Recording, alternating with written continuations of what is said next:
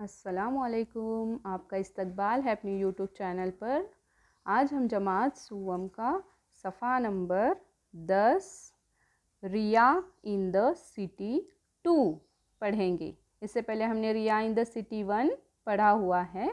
अब देखो रिया in the city 2।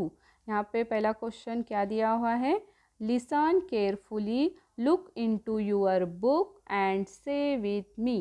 गौर से सुनो, किताब में देखकर मेरे साथ साथ दोहराओ। आपको ये जो मैं पढ़ रही हूँ गौर से सुनना है और मेरे बाद दोहराना है। देखो हम शुरू करते हैं अब सबक। There's a grocery shop near my house.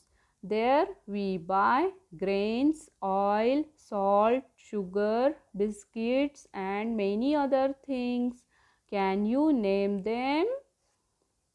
I am in standard 3.